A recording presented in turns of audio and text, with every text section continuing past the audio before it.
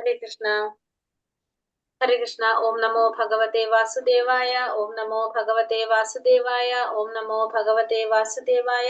ओम अज्ञानतिमिरान्धस्य ज्ञानाञ्जनाशलाकया चक्षुरुन्मीलितं येन तस्मै श्रीगुरवे नमः। नमो विष्णुपादाय कृष्णप्रेष्ठाय भूतले श्रीमते भक्तिवेदान्तस्वामिनिधि नामिने। नमस्ते सारस्वते देवे गौरवाणी प्रचारिणे निर्विशेष शून्यवादी पाश्चात्यदेशतारिणे। जय श्री कृष्ण चैतन्य प्रभु नित्यानंद श्री अद्वैत गदाधर श्रीवासादि गौर भक्तवृंद। हरे कृष्ण कृष्ण कृष्ण हरे हरे, हरे राम राम राम हरे हरे. ഹരേ കൃഷ്ണ. ശ്രീ ശ്രീ രാധാ ഗോവിന്ദ് ടെമ്പിൾ ഇസ്കോൺ മാംഗ്ലൂരിന്റെ ഭഗവത്ഗീത ക്ലാസ്സിലേക്ക് എല്ലാവർക്കും സ്വാഗതം. ഹരേ കൃഷ്ണ. എല്ലാവർക്കും പ്രണാമം. ഹരേ കൃഷ്ണ. നമ്മളിന്ന് 8ാമത്തെ അധ്യായം പരമപദ പ്രാപ്തി. നല്ലൊരു അധ്യായമാണിത്. നമുക്ക് അറിയേണ്ട കുറെ കാര്യങ്ങളും നമുക്ക് ഇൻട്രസ്റ്റ് ഉള്ള കുറെ കാര്യങ്ങൾ പറയുന്ന ഒരു അധ്യായമാണ് അല്ലേ ഇത്. അതിനു മുന്നേ നമ്മൾ ഇന്നലത്തെ അധ്യായത്തിൽ എന്താ പറഞ്ഞു നിർത്തിയിട്ടുണ്ടായിരുന്നത്?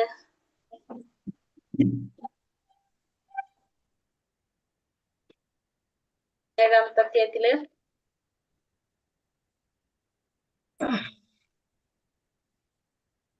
എന്തൊക്കെ പറഞ്ഞല്ലേ? ഭഗവാനെ ശരണം പ്രാപിക്കാത്ത 4 പേര്, ഭഗവാനെ ശരണം പ്രാപിക്കുന്ന 4 പേര്, ഭജിക്കുന്ന 4 പേരെ കുറിച്ചും ഭജിക്കാത്ത 4 പേരെ കുറിച്ചും നമ്മൾ പറഞ്ഞു. ദുഷ്കൃതികളായിട്ടുള്ള മൂഢന്മാര്, നരാധവന്മാര്, മായാൽ അപഹരിക്കപ്പെട്ട ജ്ഞാനത്തോടു കൂടിയൊരു അസുര സ്വഭാവികളൊന്നും ഭഗവാനെ ആരാധിക്കുന്നില്ല എന്ന് പറഞ്ഞു. ഭജിക്കുന്ന 4 കൂട്ടര് അർത്ഥോ ജിജ്ഞാസു, അർത്ഥാർത്ഥി, ജ്ഞാനി. അതായത് ധനകാംക്ഷി, ദുഃഖിതൻ, പിന്നെ ജിജ്ഞാസു, ജ്ഞാനി. 4 കൂട്ടരാണ് ഭഗവാനെ ആരാധിക്കുന്നത് നമ്മൾ കണ്ടു. ഇവരാരും ശുദ്ധ ഭക്തന്മാരല്ല. പക്ഷെ ഇവർക്ക് എന്ത് സാധിക്കും? ഇവര് ചെയ്ത് വരുമ്പോ ഭഗവാനെ ഭജിച്ചവർക്ക് എന്തിലെത്താം? ശുദ്ധ ഭക്തനാകാനുള്ള സാധ്യതയുള്ളവരാണ് ഇവരെല്ലാവരും. പിന്നെ ഭഗവാൻ ദേവന്മാരെ ആരാധിക്കുന്നവരെ കുറിച്ച് പറഞ്ഞു അല്ലെ. ദേവന്മാരെ ആരാധിക്കുന്നവര് മൂഢന്മാരാണെന്ന് പറഞ്ഞു. പക്ഷെ അവർക്ക് ഭഗവാനെ ആരാധിക്കാനുള്ള ദേവന്മാരെ ആരാധിക്കാനുള്ള ബുദ്ധി കൊടുക്കുന്നതും അവരുടെ ആഗ്രഹത്തിനനുസരിച്ച് അത് ഉറപ്പിച്ചു നിർത്തുന്നതും ആര് തന്നെയാണ്? ഭഗവാൻ തന്നെയാണെന്ന് നമുക്ക് പറഞ്ഞു. പിന്നെ പക്ഷെ ഇതിലാണ് വിധിപൂർവകല്ല എന്ന് പറയുന്നത്. ആണോ?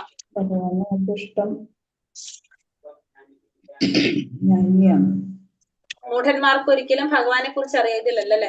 മൂഢന്മാർക്ക് ഒരിക്കലും എന്താ സാധിക്കില്ല? ഭഗവാനെ കുറിച്ച് അറിയാനായിട്ട് സാധിക്കുന്നില്ല എന്ന് പറഞ്ഞു. കാരണം എന്താണ്? അവരുടെ മുന്നിൽ നിന്ന് ആര് മറച്ചു പിടിക്കും ഭഗവാനെ? ഭഗവാന്റെ ഏത് ശക്തി? അന്തരംഗ ശക്തി. അന്തരംഗ ശക്തിയായിട്ടുള്ള യോഗമായ ഭഗവാനെ മറച്ചു പിടിക്കുന്നുള്ളതും നമുക്ക് മനസ്സിലാക്കി തന്നു. പിന്നെന്താ നമ്മൾ പറഞ്ഞത്?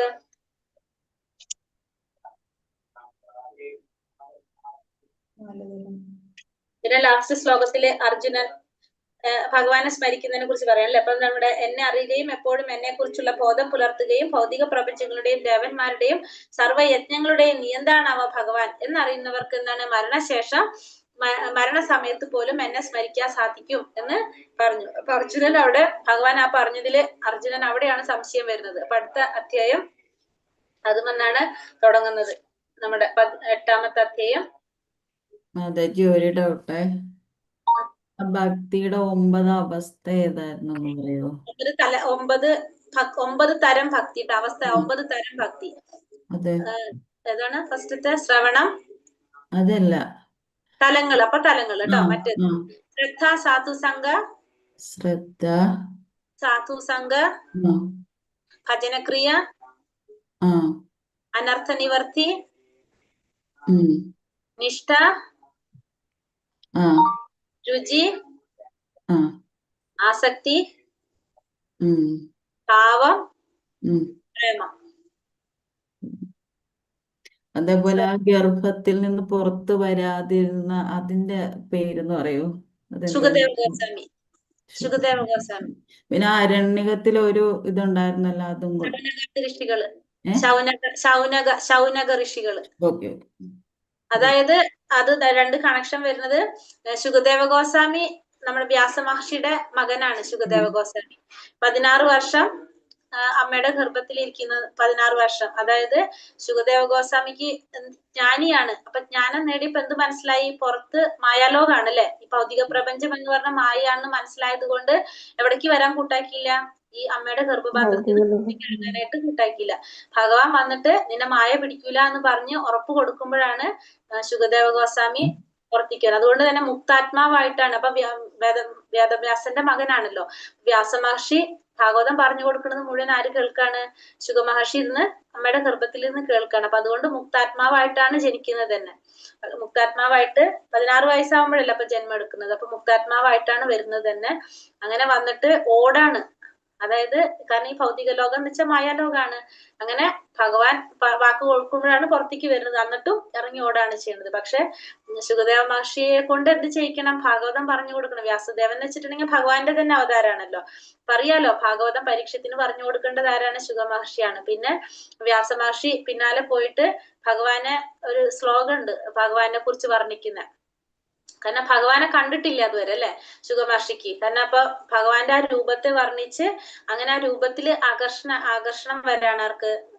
ശുഗമഹർഷിക്ക്. ഭഗവാനെ കുറിച്ച് വർണ്ണിക്കുന്ന നമ്മുടെ ഭാഗവതത്തിൽ പറഞ്ഞ ആ ശ്ലോകം കേട്ടിട്ടാണ് ശുഗമഹർഷി പിന്നെ ആദ്യം ബ്രഹ്മത്തെയാണ് ആരാധിക്കുന്നത്. ബ്രഹ്മത്തിലാണ് ആദ്യം ശുഗമഹർഷിക്ക് വരുന്നത്. പിന്നീടാണ് ഭഗവാന്റെ ആ വ്യക്തി രൂപത്തില് ഭഗവാനോടുള്ള ഒരു ഇഷ്ടം ശുഗമഹർഷിക്ക് വരുന്നത്. അങ്ങനെ അപ്പൊ വേദവ്യാസന്റെ മകനാണ് ശുഗമഹർഷി. പിന്നെ ശൗനകാദി ഋഷികൾ എന്ന് പറയുന്നത്, അപ്പൊ ഭാഗവതം നമുക്ക് 2 തരത്തിൽ നമ്മൾ പറയുന്നുണ്ട്. അതില് ഒന്ന് ശുഗമഹർഷി പരീക്ഷിത്ത് മഹാരാജാവിന് പറഞ്ഞു കൊടുക്കുന്നുണ്ട്. ഈ ശുഗമഹർഷി പരീക്ഷിത്ത് മഹാരാജാവിന് പറഞ്ഞു കൊടുക്കുന്നത് ഗംഗാതീരത്ത് ഇരുന്നിട്ടാ പറഞ്ഞു കൊടുക്കുന്നത്. അപ്പൊ അവിടെ ഇവര് 2 പേരല്ലാതെ കേൾക്കാനായിട്ടും കുറെ പേരുണ്ടാവുമല്ലോ. അപ്പൊ അവിടെ ഇരിക്കുന്ന ഒരു സൂതഗോസ്വാമി ഉണ്ട്. അപ്പൊ ഈ സൂതഗോസ്വാമി പിന്നെ ആർക്ക് പറഞ്ഞു കൊടുക്കാണ്? ഈ ശൗനകാദി ഋഷികൾ, ഋഷികൾക്ക് പറഞ്ഞു കൊടുക്കുകയാണ് ചെയ്യുന്നത്. അപ്പൊ അവര് കുറെ ഋഷിമാരുടെ ഒരു കൂട്ടത്തിലെ നേതാവാണ് ശൗനക ഋഷി, അവരുടെ നേതാവ്. അതുകൊണ്ടാണ് കുറെ ഋഷിമാര് അപ്പൊ ആ ഒരു കൂട്ടത്തിൽ. അപ്പൊ അവരിങ്ങനെ സൂതഗോസ്വാമിയോട് ചോദിക്കും, സൂതഗോസ്വാമി അവർക്ക് പറഞ്ഞു കൊടുക്കുന്നു. അതാണ് 2 തമ്മിലുള്ള കണക്ഷൻ. അപ്പൊ ശുകദേവ ഗോസ്വാമി പരീക്ഷത്തിന് പറഞ്ഞു കൊടുക്കുന്നു.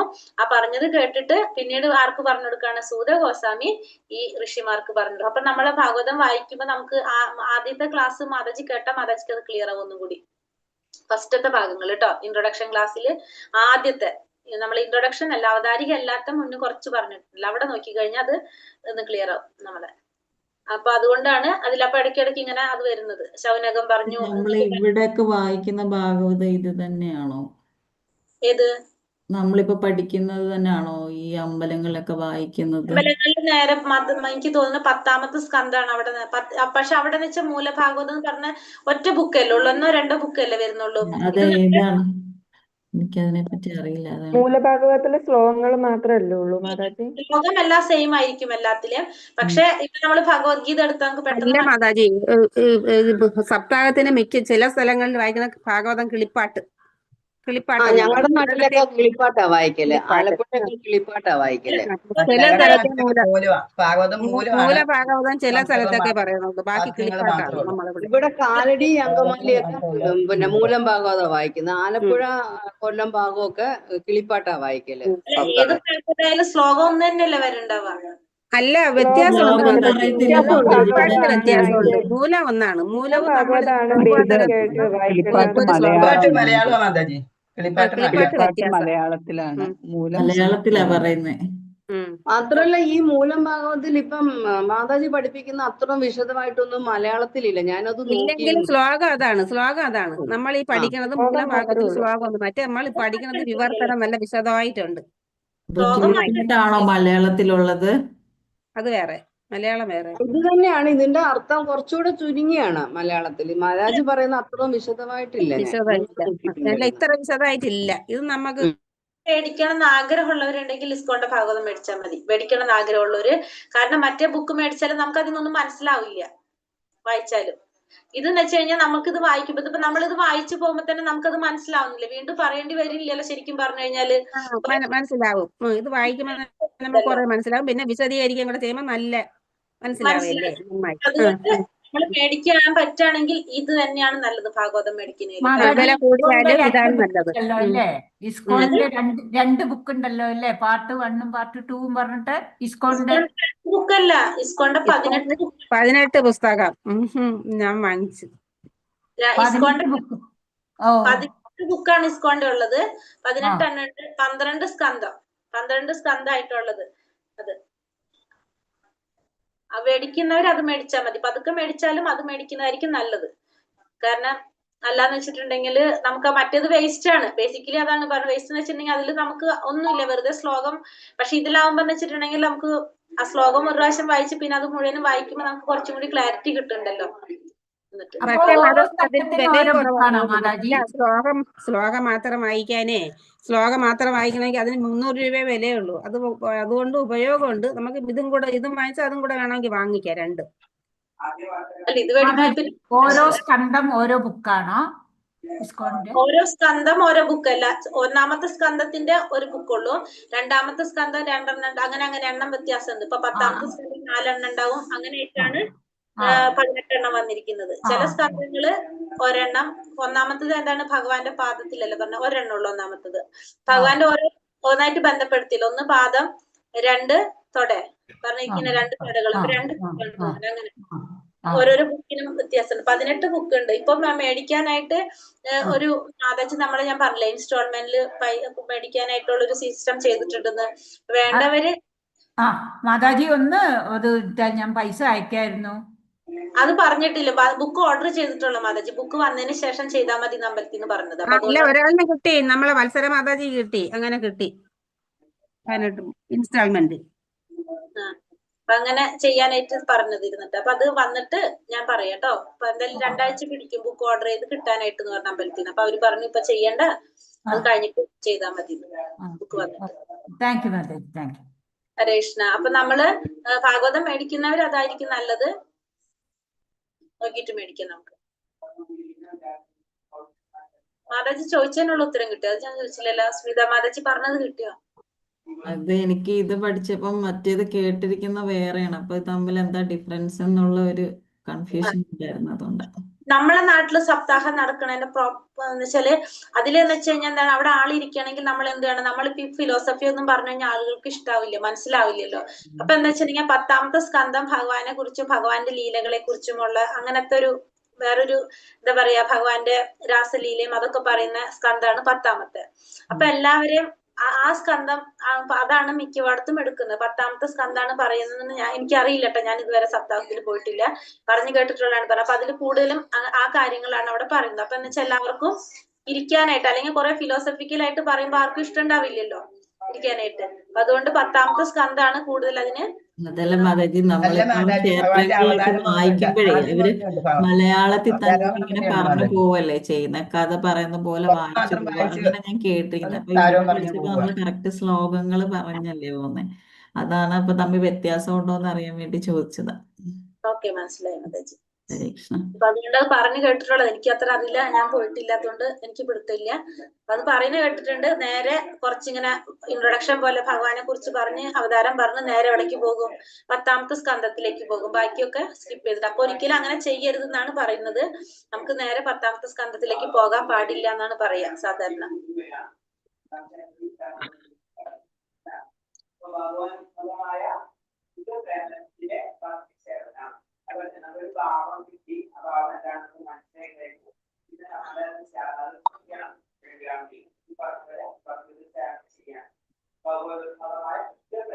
ഭഗവത്ഗീത അധ്യായം 8 പരമപദ പ്രാപ്തി. ശ്രീ ശ്രീ രാധാ ഗോവിന്ദ് കി ജയ്, ശ്രീല പ്രഭുപാദ് കി ജയ്. 8ാം അധ്യായം 8 6 വിഭാഗങ്ങളായിട്ട് 8 അധ്യായത്തെ. സൗണ്ട് വരുന്നുണ്ടോ പ്രഭുവിന്റെ? ഞാനൊന്ന് ഡോർ ചാരിട്ടോട്ടെ.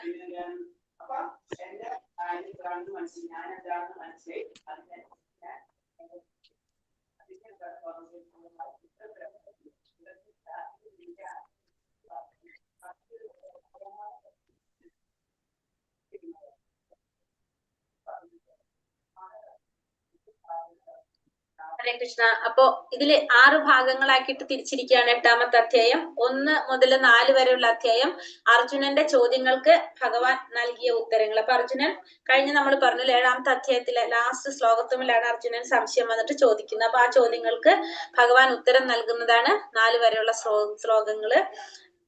5 മുതൽ 8 വരെ ഭഗവാനെ മരണവേളയിൽ ഭഗവാനെ സ്മരിക്കുന്നതിനെ കുറിച്ച് പറയുന്നു. 9 മുതൽ 13 വരെ ഭഗവത് സ്മരണം ധ്യാന മാർഗത്തിലൂടെയുള്ള സ്മരണ പരിശീലനം ചെയ്യുന്നതിനെ കുറിച്ച് പറയുന്നു. 14 മുതൽ 16 വരെ ശുദ്ധ ഭക്തിയുത സേവനത്തെ കുറിച്ച് പറയുന്നു. 17 മുതൽ 22 വരെ ഭൗതികവും ആധ്യാത്മിക ലോകത്തിന്റെയും താരതമ്യം പറയുന്നു. ആധ്യാത്മിക ലോകത്തിന്റെ മഹാത്മ്യത്തെ കുറിച്ച് പറഞ്ഞു തരുന്നു. 23 മുതൽ 28 വരെ പരമോന്നത പ്രാപിക്കാനുള്ള ഭക്തിയുടെ പരമ അധികാരം അതിനെക്കുറിച്ച് പറയുന്നുണ്ട്. അങ്ങനെ 6 ഭാഗങ്ങളാക്കിയിട്ടാണ് ഈ അധ്യായത്തെ വിഭജിച്ചിരിക്കുന്നത്. അർജുനന്റെ ചോദ്യങ്ങൾക്ക് ഭഗവാൻ നൽകുന്ന ഉത്തരങ്ങൾ. 1ാമത്തെ ഭാഗം. അർജുന ഉവാച കിം തത് ബ്രഹ്മ കിമധ്യാത്മം കിം കർമ്മ പുരുഷോത്തമ അധിഭൂതം ച കിം പ്രോക്ത അതിദൈവം കിമുച്യതേ. അർജുനൻ ചോദിച്ചു, ഹേ പുരുഷോത്തമ, എന്താണ് ബ്രഹ്മം? ആത്മാവ് എന്നാൽ എന്താണ്? ഫലോദിഷ്ട കർമ്മം എന്നാൽ എന്താണ്? ഭൗതിക പ്രപഞ്ചമെന്നും ദേവന്മാരെന്നും പറയപ്പെടുന്നത് എന്താണ്? അപ്പൊ അർജുനൻ ചോദിക്കുകയാണ് ഭഗവാന്റെ അടുത്ത്, എന്താണ് ബ്രഹ്മം? ആത്മാവ് എന്നാൽ എന്താണ്? ഫലോദിഷ്ട കർമ്മം എന്നാൽ എന്താണ്? ഈ ഭൗതിക പ്രപഞ്ചമെന്നും ദേവന്മാരെന്നും പറയപ്പെടുന്നത് എന്താണ് എന്ന് ആരോടാ ചോദിക്കുന്നത്? പുരുഷോത്തമനോടാ ചോദിക്കുന്നത്. പുരുഷന്മാരിൽ ഉത്തമനായിട്ടുള്ള ആ പരമദിവ്യോത്തമ പുരുഷനോടാണ് ഭഗവാൻ ചോദ്യങ്ങള് ചോദിക്കുന്നത്. കാരണം ഈ ഉത്തരം പറഞ്ഞുതരാൻ ആർക്കേ സാധിക്കുള്ളൂ? ആ പുരുഷോത്തമനാണ് സാധിക്കുന്നത്. വൈദിക നിഘണ്ടു അനുസരിച്ച് മനസ്സ്, ശരീരം, ജീവൻ, ഇന്ദ്രിയങ്ങൾ ഇവയ്ക്കെല്ലാം ആത്മാവ് എന്ന പേര് അനുയോജ്യമാണ്. അപ്പൊ ഇവിടെ മനസ്സിനും ശരീരത്തിനും ജീവനും ഇന്ദ്രിയങ്ങൾ ഇതിനെല്ലാത്തിനെയും എന്ത് പറയാന്ന് പറയണത്? ആത്മാവ് എന്ന പേര് അനുയോജ്യമത്രേ. അധിയജ്ഞ കഥം ഗോത്ര ദേഹേസ്മിൻ മധുസൂദന പ്രയാണകാലേ ച കഥം ജ്ഞേയോസി നിയതാത്മഭിഃ. മധുസൂദന, ആരാണ് യജ്ഞദേവത? ഈ ശരീരത്തിൽ അദ്ദേഹം എങ്ങനെ കുടികൊള്ളുന്നു? ഭക്തിയുടെ സേവന നിരതരായവർക്ക് മരണവേളയിൽ അങ്ങയെ എങ്ങനെ അറിയാൻ കഴിയും? അപ്പൊ ഇവിടെ 2ാമത് ചോദിക്കുന്ന എന്താണ്? യജ്ഞദേവത ആരാണ്? ഈ ശരീരത്തില് അദ്ദേഹം എങ്ങനെയാണ് കുടികൊള്ളുന്നത്? മാത്രമല്ല ഭക്തിയുടെ സേവനത്തിന് നിരതരായവർക്ക് മരണവേളയിൽ അങ്ങയെ എങ്ങനെയാണ് അറിയാനായിട്ട് സാധിക്കുന്നത്? അപ്പൊ അർജുനൻ അറിയേണ്ടത് യജ്ഞദേവത ആരാണ്, ശരീരത്തിൽ എങ്ങനെയാണ് അത് കുടികൊള്ളുന്നത്, ഭക്തിയുടെ സേവനം ചെയ്തുകൊണ്ടിരിക്കുന്നവർക്ക് മരണവേളയിൽ ഭഗവാനെ എങ്ങനെ അറിയാൻ കഴിയും? അങ്ങനെ ചോദ്യങ്ങളാണ് ഇവിടെ അർജുനൻ ഭഗവാനോട് ചോദിക്കുന്നത്. അപ്പൊ യജ്ഞദേവത ആരാണ്? ഇന്ദ്രനോ വിഷ്ണുവോ ആകാം. യജ്ഞദേവത ഇന്ദ്രനാകാം, വിഷ്ണുവാകാം. വാസ്തവത്തിൽ സന്ദേഹ സൂചകങ്ങളായി ഈ ചോദ്യങ്ങൾ കൃഷ്ണാവബോധമുള്ള ഭക്തനായ അർജുനന്റെ മനസ്സിൽ ഉദിക്കാൻ പാടില്ലാത്തതായിരുന്നു. ഈ സംശയങ്ങൾ രാക്ഷസന്മാരെ പോലെയാണ്. രാക്ഷസന്മാരെ കൊല്ലുന്നതിൽ വിദഗ്ധനാണ് കൃഷ്ണൻ. ഇവിടെ അർജുനൻ കൃഷ്ണനെ മധുസൂദന എന്ന് അഭിസംബോധന ചെയ്തതുകൊണ്ട് തന്റെ മനസ്സിൽ ഉദിച്ച ആസുരങ്ങളായ സംശയങ്ങളെ കൃഷ്ണൻ നശിപ്പിക്കുമെന്ന് അർത്ഥമാക്കുന്നത്. ക്വസ്റ്റ്യൻസ് ഇട്ടിട്ടുണ്ടോ ഒന്ന് ഗ്രൂപ്പില്? വന്നുണ്ടോ? ഉണ്ട്. ഓക്കെ. അപ്പൊ വാസ്തവത്തില് സന്ദേഹ സൂചകങ്ങളായിട്ട് ഈ ചോദ്യങ്ങൾ കൃഷ്ണാവബോധമുള്ള ഭക്തനായ അർജുനന്റെ മനസ്സിൽ ഉണ്ടാവാൻ പാടില്ലാത്തതാണ്. കാരണം സംശയം എന്ന് പറഞ്ഞാൽ ആരെ പോലെയാണ്? രാക്ഷസനെ പോലെ. അപ്പൊ രാക്ഷസനെ കൊല്ലുന്നതിൽ വിദഗ്ധനാണ് ആര്? ഭഗവാൻ കൃഷ്ണൻ. അതുകൊണ്ടാണ് ഇവിടെ കൃഷ്ണന് മധുസൂദനൻ, മധു എന്ന രാക്ഷസനെ വധിച്ചപ്പോഴാണ് ഭഗവാന് മധുസൂദനൻ എന്നൊരു പേര് കിട്ടുന്നത്. അങ്ങനെ തന്റെ മനസ്സിൽ ഉദിച്ച സംശയങ്ങള്, അസുരങ്ങളായിട്ടുള്ള സംശയങ്ങളെ ഭഗവാൻ നശിപ്പിക്കാം എന്നുള്ളൊരു അർത്ഥത്തിലാണ് ഇവിടെ ഭഗവാനെ എന്ന് വിളിക്കുന്നത്? മധുസൂദന എന്ന് പറയുന്നത്. ഇവിടെ ഭഗവാൻ എന്താ പറയുന്നത്? ശ്രീ ഭഗവാനുവാച അക്ഷരം ബ്രഹ്മ പരമം സ്വഭാവോധ്യാത്മമുച്യതേ ഭൂതഭാവോദ്ഭവകരോ വിസർഗ കർമ്മ സംചിതഃ. ശ്രീ ഭഗവാൻ പറഞ്ഞു, അവിനാശിയും അതീന്ദ്രിയനുമായ ആത്മാവത്രേ ബ്രഹ്മം. ബ്രഹ്മത്തിന്റെ ശാശ്വത പ്രകൃതി അധ്യാത്മം എന്ന് പറയപ്പെടുന്നു. ജീവാത്മാക്കളുടെ ഭൗതിക ശരീരത്തിന്റെ വികാസത്തിന് വേണ്ടുന്ന പ്രവർത്തനങ്ങളാണ് കാമ്യകർമ്മങ്ങൾ. അപ്പൊ ആദ്യം പറയണത് എന്താണ്? അവിനാശിയും അതീന്ദ്രിയനുമായ ആത്മാവിനെയാണ് എന്ത് പറയണത്? ബ്രഹ്മം എന്ന് പറയണത്. അപ്പൊ ബ്രഹ്മം എന്ന് പറഞ്ഞാല് ആത്മാവാണ്. അതെങ്ങനെയാണ് പറഞ്ഞത്? ഒരിക്കലും നശിക്കാത്ത അതീന്ദ്രിയനായിട്ടുള്ള ആത്മാവിനെ നമുക്ക് എന്ത് പറയാം? ബ്രഹ്മം എന്ന് പറയാം. ബ്രഹ്മത്തിന്റെ ശാശ്വത പ്രകൃതി എന്ത് പറയും? അധ്യാത്മം എന്ന് പറയും. അപ്പൊ ആ ബ്രഹ്മത്തിന്റെ ആ ആത്മാവിന്റെ സ്വഭാവത്തെയാണ് നമ്മൾ എന്ത് പറയുന്നത്, അത്യാത്മം എന്ന് പറയുന്നത്. പിന്നെ ജീവാത്മാക്കളുടെ ഭൗതിക ശരീരത്തിന്റെ വികാസത്തിന് വേണ്ടി ചെയ്യുന്ന പ്രവർത്തനങ്ങളെ കാമ്യകർമ്മങ്ങൾ എന്ന് പറയുന്നു. അപ്പൊ ജീവാത്മാക്കള് ആ ശരീരം നിലനിർത്താൻ വേണ്ടിയിട്ട് ചെയ്യുന്ന പ്രവർത്തനങ്ങളെ നമുക്ക് എന്ത് പറയാം, കാമ്യകർമ്മങ്ങൾ എന്ന് പറയാനായിട്ട് സാധിക്കും. അപ്പൊ ഒരിക്കലും അക്ഷരം എന്ന് പറഞ്ഞാൽ നശിക്കാത്തത് എന്നാണ് മാതാജി. ക്ഷരം അക്ഷരം ക്ഷരം അക്ഷരം നാശമില്ലാത്ത അക്ഷരം. ഇവിടെ എന്താ പറഞ്ഞത്, അവിനാശിയും അതീന്ദ്രിയനും ആത്മാവിനെ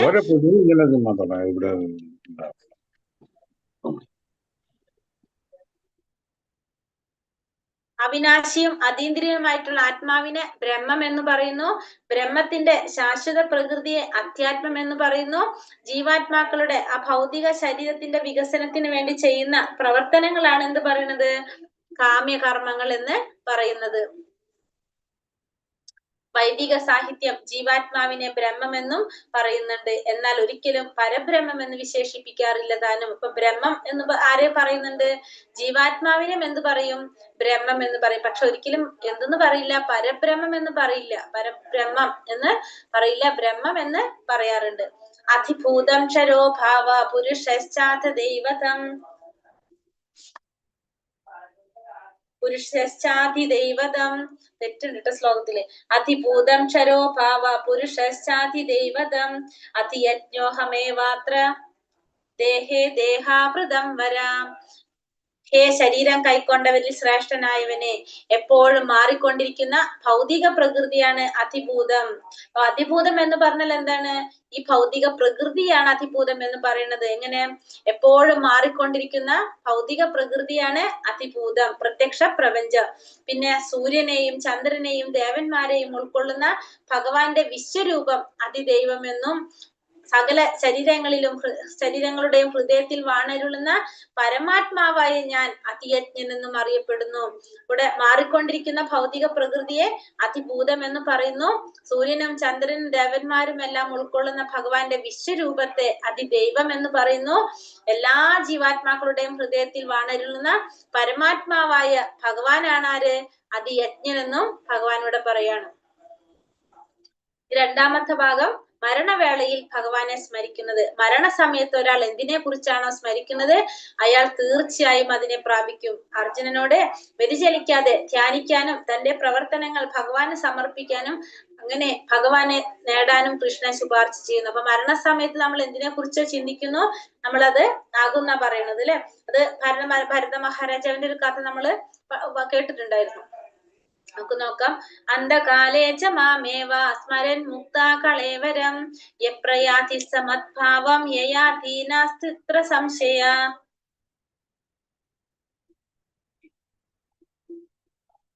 അന്ധകാലേച മാമേവ സ്മരൻ മുക്താ കളേവരം യപ്രയാതി സമദ്ഭാവം യാതി നാസ്ത്യത്ര സംശയ.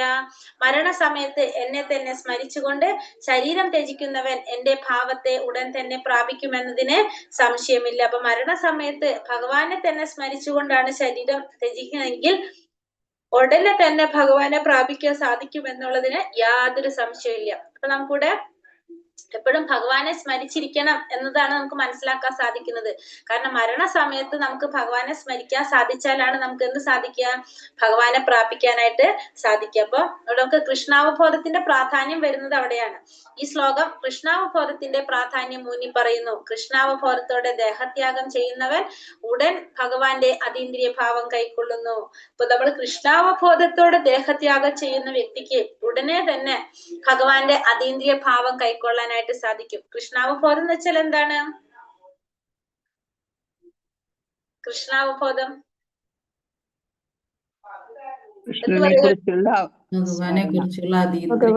ഭഗവാനെ കുറിച്ച് അറിയുന്നു. ഭഗവാനെ കുറിച്ച് അറിയുന്നത്, അതായത് നമ്മുടെ അവബോധം എന്തായിരിക്കും, കൃഷ്ണനായിരിക്കും. കൃഷ്ണാവബോധം, നമ്മുടെ അവബോധം കൃഷ്ണൻ. നമ്മൾ എന്ത് ചെയ്യുമ്പോഴും ഭഗവാൻ പറയുന്നില്ല, നീ എന്ത് ചെയ്യുന്നുവോ, എന്ത് ദാനം ചെയ്യുന്നുവോ, എന്ത് തപശ്ചര്യകൾ അനുഷ്ഠിക്കുന്നുവോ, നീ എന്ത് പ്രവർത്തിക്കുന്നോ, നീ എന്ത് ചെയ്യണം? എന്നെ സ്മരിച്ചുകൊണ്ട് ചെയ്യണം എന്നാ പറയുന്നത് അല്ലെ. അതായത് നമ്മളുടെ ഏത് സമയത്തും നമ്മുടെ ഉള്ളിൽ ആ ഒരു അവബോധം, അതായത് നമ്മുടെ ഉള്ളില് എപ്പോഴും എന്ത് ചെയ്യുമ്പോഴും നമുക്ക് ഭഗവാനെ സ്മരിച്ചുകൊണ്ട് ചെയ്യാൻ പോകാം.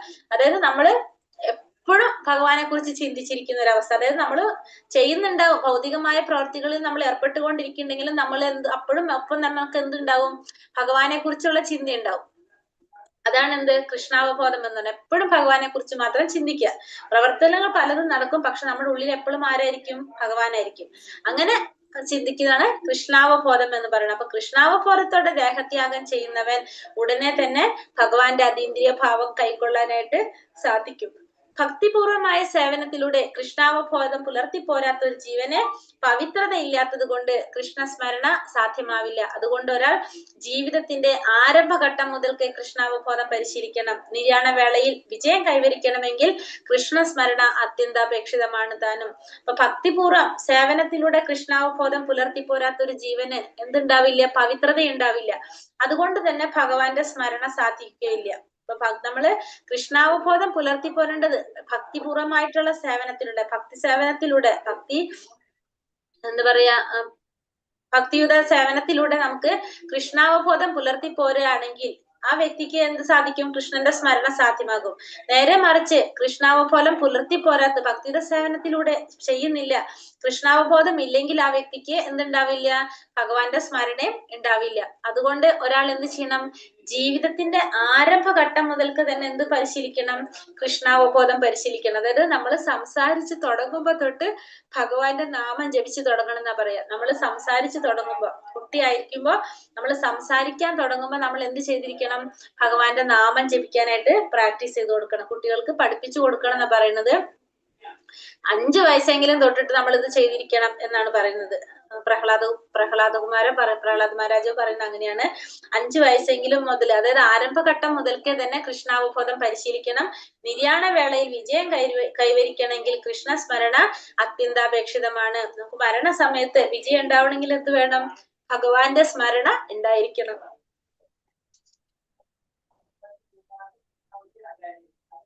യം യം വാപി സ്മരൻ ഭാവം ത്യജത്യന്തേ കളേവരം തം തമേവൈതി കൗന്ദേയ സദാ തദ്ഭാവ ഭാവിതഃ.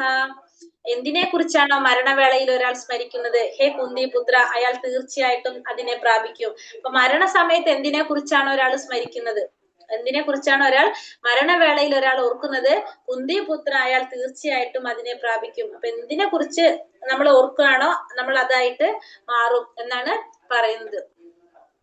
നാളെ ഒരു ക്ലാസ്സിൽ ഒരു പ്രഭു ചോദിക്കുന്നുണ്ടായിരുന്നു, 8 മണിയുടെ ഭാഗവതം ക്ലാസ്സിൽ, നമ്മുടെ ഇഷ്ടപ്രഭുവിന്റെ ക്ലാസ്സിൽ ചോദിക്കുന്നുണ്ടായിരുന്നു, അപ്പോ ഭക്ഷണത്തെ കുറിച്ച് ആലോചിച്ചുകൊണ്ടിരിക്കുമ്പോഴാണ് മരണം സംഭവിച്ചു കഴിഞ്ഞാൽ എന്ത് സംഭവിക്കുന്നത്? അപ്പൊ പ്രഭു പറയുണ്ടായിരുന്നു, ഉറുമ്പായിട്ട് ജന്മം എടുക്കും പറയുണ്ടായിരുന്നു. അപ്പൊ നമ്മൾ എന്തിനെ കുറിച്ചാണോ ചിന്തിക്കുന്നത് നമ്മൾ അതായിട്ട് മാറുന്നല്ലോ. അപ്പൊ ഉറുമ്പായിട്ട് ജന്മെടുക്കും. ഉറുമ്പ് എപ്പോഴെപ്പോഴും ഭക്ഷണത്തിന് വേണ്ടി ഇങ്ങനെ നടക്കുന്നെന്ന് പറഞ്ഞത്. ഇപ്പൊ അങ്ങനെ ഓരോന്നും പറയുന്നതാണ്. ഹരേ കൃഷ്ണ. പെട്ടെന്ന് എനിക്കത് ഓർമ്മ വന്നത്. അപ്പൊ എന്തിനെ കുറിച്ചാണ് മരണവേളയില് ഒരാൾ സ്മരിക്കുന്നത്, ഹേ കുന്തി പുത്ര, അയാൾ തീർച്ചയായിട്ടും അതിനെ പ്രാപിക്കും. കൃഷ്ണസ്മരണയോടെ ശരീരം ത്യജിക്കുന്നവർ അതീന്ദ്രിയമായ ഭഗവത് പദം പോകുന്നു. മറ്റേതെങ്കിലും സ്മരണ പുലർത്തിക്കൊണ്ട് മരിക്കുന്നവർ ഈ അവസ്ഥയിലെത്തുകയില്ല. ഇത് സവിശേഷ അർഹിക്കുന്ന സംഗതിയാണ്. അപ്പൊ നമ്മള് മരണസമയത്ത് കൃഷ്ണസ്മരണയോടെ ഭഗവാനെ സ്മരിച്ചുകൊണ്ട് ശരീരം വെടിയാണെങ്കിൽ നമുക്ക് എന്ത് സാധിക്കും? ഭഗവാന്റെ പരമപദം പോകാനായിട്ട് സാധിക്കും. മറ്റേതെങ്കിലും സ്മരണ വെച്ചുകൊണ്ടാണ് നമ്മൾ മരിക്കുന്നതെങ്കിലോ നമുക്ക് ആ അവസ്ഥയിലേക്ക് എത്തില്ല എന്നുള്ളതും നമുക്ക് മനസ്സിലാക്കാം. അപ്പൊ ഭഗവാനെ സ്മരിച്ചുകൊണ്ട് ശരീരം വെടിയാണെങ്കിൽ നമുക്ക് ഭഗവാനെ പ്രാപിക്കാം, ഇല്ലെങ്കിൽ നമുക്ക് അതിലേക്ക് എത്താനായിട്ട് സാധിക്കണമെന്നില്ല. അപ്പൊ അതുകൊണ്ട് എന്ത് ചെയ്യണം? തസ്മാത് സർവേഷു കാലേഷു മാമനുസ്മര യുത്യച്ച മയ്യർപ്പിത മനോബുദ്ധിർ മാമേ വൈഷ്യസ്യ സംശയ. അതുകൊണ്ട് അർജുന, ശ്രീകൃഷ്ണ രൂപത്തിൽ നീ എന്നെ എപ്പോഴും ഓർമ്മിക്കുക. അതോടൊപ്പം തന്നെ നിന്റെ നിയത കർമ്മമായ യുദ്ധം നിർവഹിക്കുകയും ചെയ്യുക. സ്വകർമ്മങ്ങളെല്ലാം എനിക്കായി അർപ്പിച്ചും മനോബുദ്ധികൾ എന്നിൽ ഉറപ്പിച്ചും ഇരുന്നാൽ നീ എന്നെ പ്രാപിക്കും, സംശയമില്ല. അപ്പൊ അതുകൊണ്ട് അർജുന, നീ എന്ത് ചെയ്യണം? ശ്രീകൃഷ്ണന്റെ രൂപത്തിൽ നീ എന്നെ എപ്പോഴും ഓർമ്മിക്കണം. അതോടൊപ്പം തന്നെ നീ എന്ത് ചെയ്യണം? നിന്റെ നിയത കർമ്മമായിട്ടുള്ള യുദ്ധം നിർവഹിക്കുകയും വേണം. പിന്നെ നിന്റെ കർമ്മങ്ങളെല്ലാം എനിക്കായി അർപ്പിച്ചു കൊണ്ടാണെങ്കിൽ, അർപ്പിച്ച് ഇരുന്ന് കഴിഞ്ഞാല് നിനക്ക് എന്നെ പ്രാപിക്കാൻ സാധിക്കും എന്നുള്ളതിന് യാതൊരു സംശയവുമില്ല. അപ്പൊ അതുകൊണ്ട് നീ എന്ത് ചെയ്യണം? നീ എപ്പോഴും അർജുന ശ്രീകൃഷ്ണ രൂപത്തിൽ നീ എന്നെ എപ്പോഴും ഓർക്കണം. അതോടൊപ്പം തന്നെ നീ എന്ത് ചെയ്യണം? നിന്റെ നിയത കർമ്മം, നിനക്ക് ചെയ്യേണ്ടതായിട്ടുള്ള കർമ്മങ്ങൾ നീ ചെയ്യാൻ വേണം. സ്വന്തം കർമ്മങ്ങളെല്ലാം എനിക്ക് അർപ്പിച്ച് ചെയ്യുന്നത് കൊണ്ടും നിന്റെ ബുദ്ധി എന്നിൽ ഉറപ്പിച്ചു വരുന്നു കഴിഞ്ഞാൽ നിനക്ക് എന്നെ പ്രാപിക്കാൻ സാധിക്കും എന്നുള്ളതിന് യാതൊരു സംശയമില്ല. തങ്ങളുടെ നിർദ്ദിഷ്ട കർമ്മം നിറവേറ്റുന്നതിൽ നിന്ന് പിന്തിരിയാൻ ആരെയും ഭഗവാൻ പ്രേരിപ്പിക്കുന്നില്ല. ഒരാൾക്ക് ഈ പ്രവൃത്തികൾ തുടരുന്നതോടൊപ്പം ഹരേ കൃഷ്ണ മന്ത്രം ഉച്ചരിച്ചുകൊണ്ട് ഭഗവത് സ്മരണ പുലർത്തുകയും ചെയ്യാം. അപ്പൊ ഒരിക്കലും ഭഗവാൻ എന്ത് പറയുന്നില്ല? നിർദ്ദിഷ്ട കർമ്മം നിറവേറ്റാതിരിക്കാൻ ആരോടും ഭഗവാൻ പറയുന്നില്ല. അപ്പൊ എല്ലാവരും നമുക്ക് ഓരോരുത്തർക്കും പറഞ്ഞിരിക്കുന്ന ആ കർമ്മങ്ങള് ചെയ്യണമെന്ന് തന്നെയാണ് ഭഗവാൻ പറയുന്നത്. പക്ഷെ അതിന്റെ ഒപ്പം എന്തും വേണം? ആ കർമ്മങ്ങൾ ചെയ്യാൻ വേണം, ഒപ്പം ഭഗവാന്റെ നാമം ജപിക്കുകയും വേണം. ഭഗവാന്റെ നാമം ഉച്ചരിച്ചുകൊണ്ട് ഭഗവത് സ്മരണ പുലർത്തുകയാണ്. ഏറ്റവും പ്രധാനപ്പെട്ടത് നാമജപമാണ്. ഇപ്പൊ നമ്മൾ പഞ്ചാംഗ ഭക്തി പറയുന്നുണ്ട് അല്ലെ? ഏതൊക്കെയാണ് പഞ്ചാംഗ ഭക്തി? പറഞ്ഞിട്ടുണ്ടോ നമ്മുടെ ക്ലാസ്സിൽ? പഞ്ചാംഗ ഭക്തി എന്ന് പറഞ്ഞത് ഫസ്റ്റ് നാമജപം, വിഗ്രഹാരാധന, പിന്നെ അതുപോലെ തന്നെ നാമജപം, സത്സംഗം, പിന്നെ വന്നിട്ട് മഥുരാവാസം, പറഞ്ഞുകൂട്ടിട്ടല്ലോ ഭാഗവത ശ്രവണം. ഈ 5 കാര്യങ്ങളാണ് പഞ്ചാംഗ ഭക്തി. ഏറ്റവും 64 നിയാമക തത്വങ്ങളാണ് നമ്മൾ പറഞ്ഞത്. നമ്മൾ ഈ വൈഷ്ണവർ പാലിക്കേണ്ടതായിട്ടുള്ള 64 തത്വങ്ങൾ നമ്മൾ പഠിക്കും. അത് 3ാമത്തെ ലെവലില് ഈ 64 നിയാമക തത്വങ്ങളില് ഈ 64 നമുക്ക് ഈ സമയത്ത് ഈ കലിയുഗത്തിൽ ചെയ്യാനായിട്ട് ബുദ്ധിമുട്ടാണ്. പക്ഷെ ഇപ്പൊ നമുക്ക് ചെയ്യാൻ സാധിക്കുന്ന ഏറ്റവും പ്രധാനപ്പെട്ട 5 എണ്ണം തെരഞ്ഞെടുത്തിരിക്കുന്നതാണ്. ഒന്ന് മഥുരാവാസം, ഭാഗവത ശ്രവണം, നാമജപം, വിഗ്രഹാരാധന, പിന്നെ വന്നിട്ട് സത്സംഗം. ഇതില് ഈ 5 എണ്ണം ചെയ്ത മധുരാവാസം മധുരയിൽ പോയിട്ട് താമസിക്കണമെന്നല്ല ഉദ്ദേശിക്കുന്നത്. അതായത് നമ്മളിപ്പോ നമ്മള് രാവിലത്തെ എടുത്ത് പറയും, നമ്മളിപ്പോ മംഗളാരതി അറ്റൻഡ് ചെയ്യാണ്, രാവിലെ തന്നെ വിഗ്രഹാരാധന നമ്മൾ നടത്താണല്ലോ. അത് നമ്മൾ എവിടെ വെച്ച് ചെയ്യുന്നത്? നമ്മളെ വീട്ടിലിരുന്നിട്ടാണ് നമ്മൾ കാണുന്നത് അല്ലെ? മധുരയുടെ പ്രത്യേകത എന്താണ്? മധുര ഇപ്പൊ നമ്മള് എന്താ പറയാ, മധുരയുടെ പ്രത്യേകത ഭഗവാന്റെ ജന്മസ്ഥലം ആയതുകൊണ്ടാണ് മധുര. ഭഗവാൻ അവിടെ ഉള്ളത് കൊണ്ടാണല്ലോ മധുരയ്ക്ക് ഇത്രയും പ്രത്യേകത പറയുന്നത്. ഭഗവാന്റെ ലീലകൾ മുഴുവൻ ചെയ്യാനായിട്ട് ഭഗവാൻ തെരഞ്ഞെടുത്ത സ്ഥലമാണ് മധുര, വൃന്ദാവനം പറയുന്നത്. അപ്പൊ അതുകൊണ്ടാണ് മധുര ഇത്ര പ്രത്യേകത. അപ്പൊ നമ്മൾ പറയുമ്പോ നമ്മള് ഭഗവാന്റെ ആരാധന ചെയ്യുന്നത് നമ്മൾ എവിടെ വെച്ചാണ്? നമ്മുടെ വീട്ടിലാണ് വിഗ്രഹാരാധന നടത്തുന്നത്.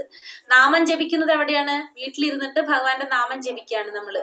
പിന്നെ സത്സംഗം, നമുക്കൊരു സത്സംഗം നമ്മളുണ്ട്. ആ സത്സംഗം നമ്മൾ എവിടെ ഇരുന്നിട്ട് അറ്റൻഡ് ചെയ്യുന്നത്? നമ്മളെ വീട്ടിൽ തന്നെയാണ് നമ്മൾ അത് ചെയ്യുന്നത്. ഭാഗവതം കേൾക്കുന്നതും എവിടെയാണ്? വീട്ടിൽ തന്നെ. ഇത് മുഴുവനും ചെയ്യുന്ന സ്ഥലം എന്ന് പറഞ്ഞാൽ എന്താണ്? ഏറ്റവും ശുദ്ധമായിട്ടുള്ള പരിശുദ്ധമായ സ്ഥലമായിരിക്കും. അപ്പൊ അവിടെ ആരും ഉണ്ടാവും? ഭഗവാൻ ഉണ്ടാവും. അപ്പൊ ഭഗവാനുള്ള സ്ഥലമാണല്ലോ മധുര വൃന്ദാവനം പറയുന്നത്. അപ്പൊ നമ്മുടെ വീട് എന്താക്കി മാറ്റാൻ പറ്റും? നമുക്ക് മധുര അല്ലെങ്കിൽ വൃന്ദാവനാക്കി മാറ്റാനായിട്ട് സാധിക്കും. അതാണ് അവിടെ മധുരാവാസം എന്ന് പറയുന്നത്. മധുരയിൽ പോയിട്ട് താമസിക്കണം എന്നല്ല പറയുന്നത്. ഇതെല്ലാം നമ്മളിരുന്ന് ചെയ്യുമ്പോൾ നമുക്ക് തന്നെ മനസ്സിലാക്കാൻ സാധിക്കും. ഈ കാര്യങ്ങൾ മുഴുവൻ നമ്മളെ വീട്ടിൽ ചെയ്യുമ്പോൾ നമുക്ക് അവിടെ ഒരു ഭയങ്കര പോസിറ്റീവ് വൈബ് നമുക്ക് ഫീൽ ചെയ്യും. നമ്മളെ വീട്ടില് രാവിലെ നമ്മളിതൊക്കെ ചെയ്ത് കഴിഞ്ഞിട്ടുണ്ടെങ്കിൽ നമുക്ക് വീട്ടിൽ തന്നെ ശരിക്കും മനസ്സിലാക്കാൻ സാധിക്കും. കണ്ടിന്യൂസ് ആയിട്ട് നമ്മളത് ചെയ്തു പോകുമ്പോൾ നിങ്ങൾക്ക് അത് അറിയാൻ സാധിക്കും. സ്വന്തമായിട്ട് ഫീൽ ചെയ്യും എല്ലാവർക്കും. ആ വീട്ടിലുള്ളവർക്കും എല്ലാവർക്കും ആ മാറ്റം നമുക്ക് അനുഭവിക്കാൻ സാധിക്കും. അതാരും പറയാതെ തന്നെ നമുക്ക് സ്വയം ഫീൽ ചെയ്യാൻ സാധിക്കും. അപ്പൊ അവിടെ എന്താണ്? ഭഗവാൻ തക്ഷണം തന്നെ ഭഗവാൻ അവിടെ വരുന്ന പറയുന്നത്. ഇത്രയും കാര്യങ്ങൾ നമ്മൾ ചെയ്ത തക്ഷണം ഭഗവാൻ നമ്മളെ വീട്ടിൽ വരുന്ന പറയുന്നത്. അപ്പൊ ഈ 5 കാര്യങ്ങളില് ഈ 5ഉം ചെയ്ത ഏറ്റവും ബെസ്റ്റ് എല്ലാ ദിവസവും ഡെയിലി ചെയ്യാൻ പറ്റാവുന്ന 5 കാര്യങ്ങളാണിത്. ഇപ്പൊ നമ്മള് വിഗ്രഹാരാധന ചെയ്യുന്നവർ ഈ 5 കാര്യങ്ങൾ ചെയ്തു പോകുന്നതാണ് നമ്മൾ ഡെയിലി. അപ്പൊ പക്ഷെ ഇതിലിപ്പോ ഈ നാമജപം ചെയ്യാതെ മറ്റു 4 കാര്യങ്ങൾ ചെയ്യുന്നോണ്ട് ഒരു കാര്യമില്ല. കാര്യമില്ലാന്ന് വെച്ചിട്ടുണ്ടെങ്കിൽ അതിന്റെ ഫലം കുറവാണ്. ഇപ്പൊ നമ്മള് ബാക്കി 4ഉം ചെയ്യുന്നില്ല, നാമം ജപിച്ചാലും നമുക്ക് എന്ത് സാധിക്കും? സാക്ഷാത്കാരം നേടാനായിട്ട് സാധിക്കും. പക്ഷെ ഗ്രോത്ത് പതുക്കെയാവുന്നു മാത്രമേ ഉള്ളൂ. പക്ഷെ നേരെ മറിച്ച് നാമം ജപിക്കുന്നില്ല, മറ്റു 4 കാര്യം ചെയ്യുന്നുണ്ടെങ്കിലോ നമുക്ക് ആ ലക്ഷ്യം നമുക്ക് പ്രാടാണ്. അപ്പൊ ഏറ്റവും പ്രധാനം നമുക്ക് എന്താണ്? നാമജപം തന്നെയാണ് കലിയുഗത്തില്. അതിനൊരു സംശയമില്ല. കലിയുഗത്തിൽ നമ്മൾ എന്ത് തന്നെയാണ് ചെയ്യേണ്ടത്? ഭഗവാന്റെ നാമം ജപിക്കുക എന്നുള്ളത് തന്നെയാണ് ഏറ്റവും പ്രധാനപ്പെട്ടിട്ടുള്ളത്. ആ നാമജപത്തിന് നമുക്ക് എന്താണ് ശക്തി കൂട്ടാനായിട്ട് നമ്മള് അപരാധങ്ങളില്ലാതെ നാമം ജപിക്കുമ്പോ 3 തരത്തിൽ നമുക്ക് പറയാം. ഒന്ന് നാമാപരാധം, അപരാധത്തോടുകൂടി നമ്മൾ നാമം ജപിക്കും. അത് കഴിഞ്ഞിട്ട് നാമാഭാസം, അപരാധങ്ങൾ മാറി വരുന്ന ഘട്ടം. പിന്നെയാണ് ശുദ്ധനാമം വരുന്നത്. അപ്പൊ നമ്മളിപ്പോ നാമം ജപിക്കുമ്പോ എല്ലാവരും എങ്ങനെയായിരിക്കില്ല, പെർഫെക്റ്റ് ജപമായിരിക്കില്ല. നമ്മൾ നാമം ജപിക്കുന്ന കുറച്ച് എക്സസൈസ് പോലെ ആയിരിക്കും. കുറച്ചു നേരം ഭഗവാന്റെ ശരിക്കും നമുക്ക് നാമം ജപിക്കാൻ പറ്റുണ്ടാവും.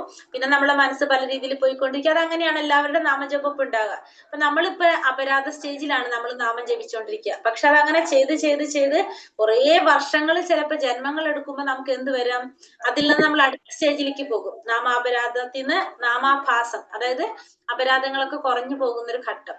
അത് കഴിഞ്ഞിട്ടാണ് പിന്നെ നമുക്ക് എന്ത് വരുന്നത്, ശുദ്ധനാമം വരുന്നത്. അപ്പൊ ഇതൊക്കെ നമുക്ക് ചെയ്യാനായിട്ടുള്ള ശക്തി നമുക്ക് എന്തിലൂടെ കിട്ടും, നമ്മൾ ഈ ബാക്കിയുള്ള ഈ 4 കാര്യങ്ങളിൽ കൂടെ കിട്ടും. നമ്മൾ വിഗ്രഹാരാധന ചെയ്യുമ്പോഴും സത്സംഗം ഉണ്ടാകുമ്പോഴും, കാരണം അവരുടെയൊക്കെ ഒരു അനുഗ്രഹം നമ്മൾ പറയുന്നുണ്ടല്ലോ എപ്പോഴും, ശുദ്ധ ഭക്തന്മാരുടെ അനുഗ്രഹം നമുക്ക് വളരെ പ്രധാനപ്പെട്ടതാണ്. ഭക്തന്മാരുടെ ഒരു കൂട്ടായ്മ വളരെ പ്രധാനപ്പെട്ട. ഇതൊക്കെ നമുക്ക് എന്താ പറയാ, ഒരു എനർജി ബൂസ്റ്റർ ആണെന്ന് പറയാം നമുക്ക് വേണമെങ്കിൽ. ആ നാമം ജപിക്കാനുള്ള എനർജി നമുക്ക് ഇതിനൊക്കെ കിട്ടും. അപ്പൊ അതുകൊണ്ട് ഈ 4 കാര്യം ചെയ്തിട്ട് നാമം ജപിക്കുമ്പോൾ നമുക്ക് അതിന് ഇത്തിരി കൂടി പവർഫുൾ, നമുക്കത് പെട്ടെന്ന് നമുക്ക് അതിലേക്ക് പോകാൻ സാധിക്കും മുന്നിലേക്ക്. അതല്ല ഇത് 4 നാമം ജപിക്കാണ്ട് ഇത് 4 ചെയ്തു കഴിഞ്ഞാലോ പക്ഷെ നമ്മൾ വിചാരിച്ച ഫലത്തിലേക്ക് എത്താനും പറ്റില്ല. പക്ഷെ എന്താണെന്ന് വെച്ചാൽ ഇത് ചെയ്യുമ്പോൾ നമ്മൾ നാമം ജപിക്കാൻ ഓട്ടോമാറ്റിക്കലി വരും. അപ്പൊ അതുകൊണ്ട് നാമജപം അത്രയും പ്രധാനപ്പെട്ട തന്നെയാണെന്നാണ് പറയുന്നത്. കലിയുഗത്തിലെ ധർമ്മം നാമജപം തന്നെയാണല്ലോ.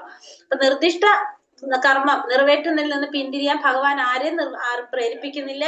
എന്ത് ചെയ്യണം, ആ കർമ്മം ചെയ്യണം, ഒപ്പം തന്നെ ഭഗവാന്റെ നാമം ജപിക്കുകയും വേണം.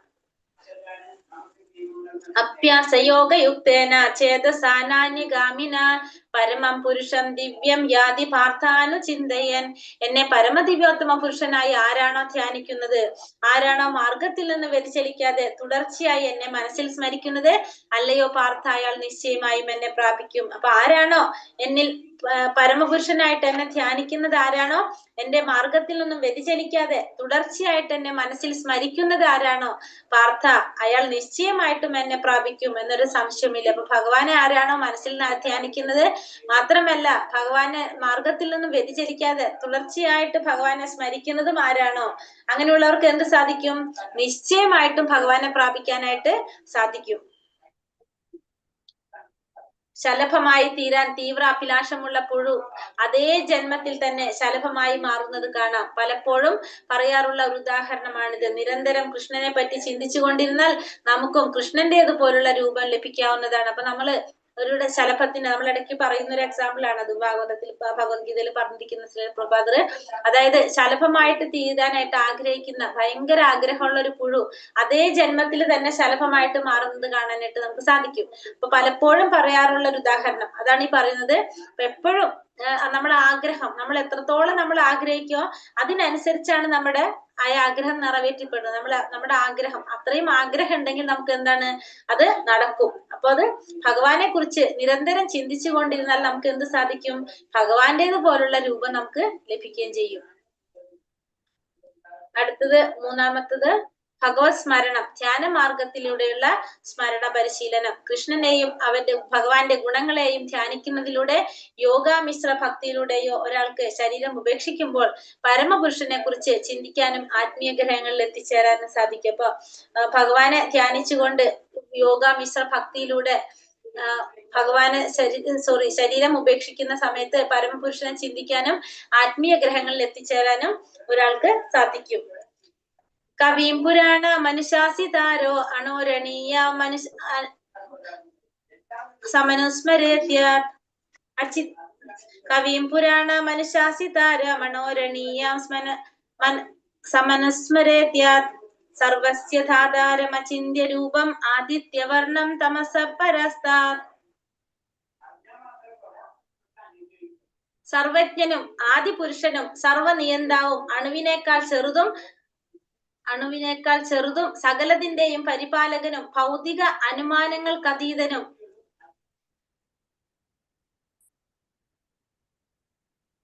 അചിന്യ രൂപനും ഭൗതിക പ്രകൃതിക്ക് അതീതനും ആദിത്യ തേജസ്വിയുമായ വ്യക്തി എന്ന നിലയിലാണ് ഭഗവാനെ ധ്യാനിക്കേണ്ടത്.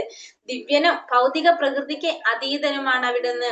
ഇവിടെ എന്താ പറഞ്ഞ സർവജ്ഞൻ. അപ്പൊ ഭഗവാൻ എങ്ങനെയാണ് ധ്യാനിക്കേണ്ടത് ഇവിടെ പറയാണ്. എങ്ങനെയാണ്? സർവജ്ഞനാണ്, ആദി പുരുഷനാണ്, സർവനിയന്താവാണ്, അണുവിനേക്കാൾ ചെറുതും സകലതിന്റെയും പരിപാലകനാണ്, ഭൗതിക അനുമാനങ്ങൾക്ക് അതീതനാണ്, അചിന്യ രൂപനും ഭൗതിക പ്രകൃതിക്ക് അതീതനുമായ വ്യക്തി എന്ന നിലയിലാണ് ആരെ ധ്യാനിക്കേണ്ടത്? ഭഗവാനെ ധ്യാനിക്കേണ്ടത്. ദിവ്യനും ഭൗതിക പ്രകൃതിക്ക് അതീതനുമാണ് ഭഗവാൻ. അപ്പൊ സർവജ്ഞനാണ്, എല്ലാത്തും അറിയുന്നവനാണ് ഭഗവാൻ. അതുപോലെ തന്നെ ആദി പുരുഷനാണ് ഭഗവാൻ, സർവരുടെ നിയന്താവാണ്, അണുവിനേക്കാൾ ചെറുതും. അണുവിനേക്കാൾ ചെറുതാണ്.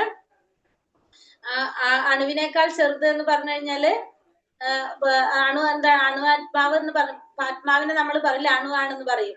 അതിനേക്കാളും ചെറുതാണ് ഭഗവാൻ. പിന്നെന്താണ്? സകലതിന്റെയും പരിപാലകനാണ്, ഭൗതിക അനുമാനങ്ങൾക്ക് അതീതനാണ്, അചിന്യ രൂപനാണ്. നമ്മുടെ ചിന്തകൾക്ക് അപ്പുറത്താണ് ഭഗവാന്റെ രൂപം. ഭൗതിക പ്രകൃതിക്ക് അതീതനാണ്, ആദിത്യ തേജസ്വിയുമായ വ്യക്തി. ആദിത്യ തേജസ്, ആദിത്യ തേജസ് എന്ന് വെച്ചാൽ അത്രയും എന്താ പറയുക, ആദിത്യനെ പോലെ തേജസ് ഉള്ളത്, സൂര്യനെ പോലെ തേജസ്വി ആയിട്ടുള്ള വ്യക്തി എന്ന നിലയിലാണ് ആരെ ധ്യാനിക്കേണ്ടത്? ഭഗവാനെ ധ്യാനിക്കേണ്ടത്. ദിവ്യനാണ്, ഭൗതിക പ്രകൃതിക്ക് അതീതനുമാണ് ഭഗവാൻ. അങ്ങനെയായിരിക്കണം നമ്മൾ ഭഗവാനെ കുറിച്ച് മനസ്സിലാക്കേണ്ടത്. എങ്ങനെയാണ് പറയുന്നത്? ഭഗവാൻ കൃഷ്ണനെ ധ്യാനിക്കാനുള്ള 10 വ്യത്യസ്ത വഴികളാണ് പറയുന്നത്. ഒന്ന് കവിയും സർവജ്ഞൻ. നമ്മളെ ശ്ലോകം എന്ന് പറഞ്ഞ കവിയും പുരാണ മനുശാസിതാരാം അണോരണീയം സമനുസ്മരേത്യേ എന്ന് പറഞ്ഞത് സർവജ്ഞൻ. കവിയും എന്ന് പറഞ്ഞ സർവജ്ഞൻ, ഭൂത ഭാവി വർത്തമാനങ്ങൾ അറിയുന്നവൻ. അപ്പൊ എല്ലാം അറിയുന്നവനാണ് ഭഗവാൻ. പിന്നെന്താണ്? പുരാണം, എല്ലാം ഭഗവാനിൽ നിന്നാണ് ജനിച്ചത്. അപ്പൊ എല്ലാം ജനിച്ചത് ആരിൽ നിന്നാണ്? ഭഗവാനിൽ നിന്ന് തന്നെയാണ് എല്ലാം വന്നത്. അപ്പൊ ഏറ്റവും പുരാതനനായിട്ടുള്ളതാണ് ഭഗവാൻ. പിന്നെന്താണ്? അനുശാസിതാരാം, അനുശാസിതാരം, എല്ലാവരുടെയും നിയന്താവ് ആരാണ്? ഭഗവാൻ തന്നെയാണ്. അണോരണീയാം, അണുവിനേക്കാൾ ചെറുതാണ് ഭഗവാൻ. അണുവിനേക്കാൾ ചെറുതാണ് ഭഗവാൻ. പിന്നെ അടുത്തത് അണോരണീയം ധാതാരം. ധാതാരം പരിപാലകനായിട്ട്, ധാതാരം എന്ന് പറഞ്ഞാൽ പരിപാലകനാണ്, എല്ലാവരെയും പരിപാലിക്കുന്നവനും ഭഗവാൻ തന്നെയാണ്. പിന്നെന്താണ്? എല്ലാ ഭൗതിക സങ്കല്പങ്ങൾക്കും അപ്പുറം എല്ലാ മഹാഗ്രഹങ്ങളും ഭഗവാന്റെ ശക്തിയാൽ നീന്തി നടക്കുന്നു. എല്ലാ ഭൗതിക സങ്കല്പങ്ങൾക്കും അപ്പുറത്താണ് ആര്? ഭഗവാൻ എന്ന് പറയുന്നത്. അപ്പൊ എല്ലാ മഹാഗ്രഹങ്ങളും ഭഗവാന്റെ ശക്തിയില് അത് നീന്തി നടക്കുന്നു. എല്ലാം നമ്മുടെ ഭൗതികമായ സങ്കല്പങ്ങൾക്കും ചിന്തകൾക്കും അപ്പുറത്താണ് ഭഗവാന്റെ ശക്തി. പിന്നെ അടുത്തത് എന്താ പറഞ്ഞത്? ഒരേ ഒരു രൂപം, എപ്പോഴും ഒരു വ്യക്തി. രൂപം എങ്ങനെയാണ്? എപ്പോഴും ഒരേപോലെ ഒരു വ്യക്തിയാണ് ആര്? ഭഗവാൻ. അചിന്യനീയം, ഭഗവാന്റെ ചിന്തകള് ഭഗവാനെ കുറിച്ചുള്ള നമുക്ക് മനസ്സിലാക്കാനായിട്ട് സാധിക്കില്ല. നമ്മുടെ ചിന്തകൾക്ക് അപ്പുറത്താണ്, അചിന്യമാണ്. ആദിത്യവർണം, സൂര്യനെ പോലെ പ്രകാശിക്കുന്നവനാണ്, അതാണ് ആദിത്യവർണം. പിന്നെ തമസപരസ്താത് എന്ന് വെച്ചാൽ തമസിന്റെ അപ്പുറത്ത് ദിവ്യമായിട്ട്, തമസിന്റെ അപ്പുറത്ത് ദിവ്യമായി എന്നാണ്. അതായത്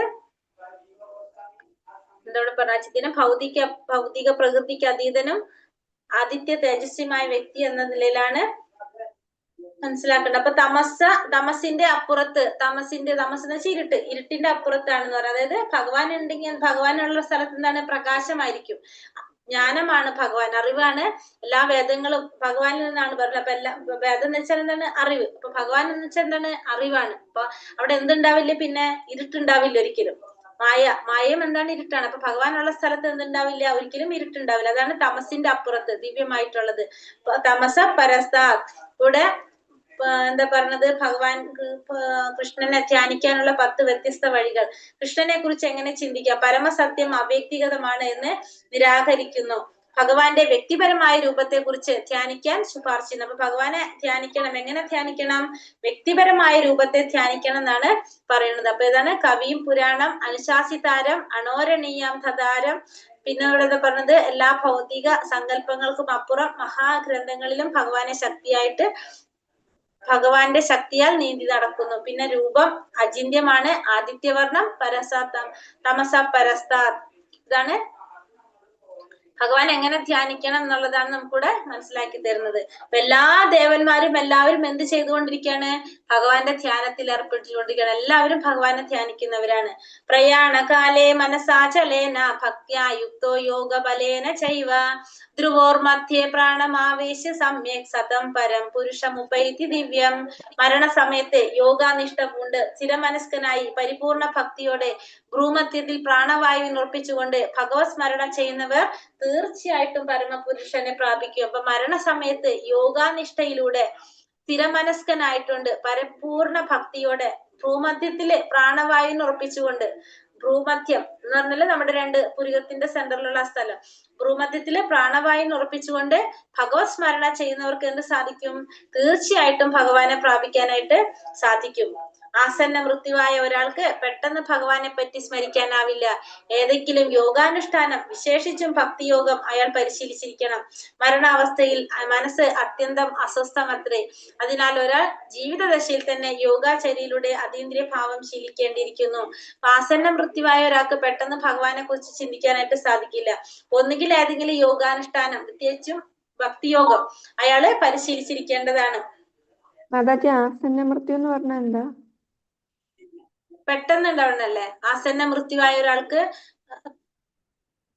പെട്ടെന്ന് സംഭവിക്കില്ല. ഇങ്ങനെ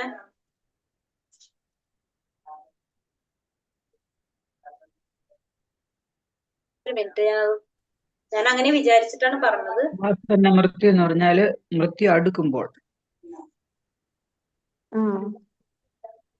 ആസന്ന മൃത്യു എന്ന് വെച്ചാൽ മൃത്യു അടുക്കുമ്പോൾ, അതായത് പെട്ടെന്ന് സംഭവിക്കുന്നത് തന്നെ മരണം.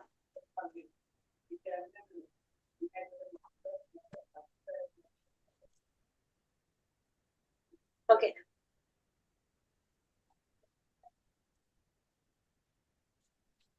അതായത് നമുക്ക് മരണം സംഭവിക്കുന്ന സമയം, നമുക്ക് പെട്ടെന്ന് ഇപ്പൊ മരണം സംഭവിക്കുന്ന സമയമാകുമ്പോ നമുക്ക് എന്ത് സാധിക്കില്ല?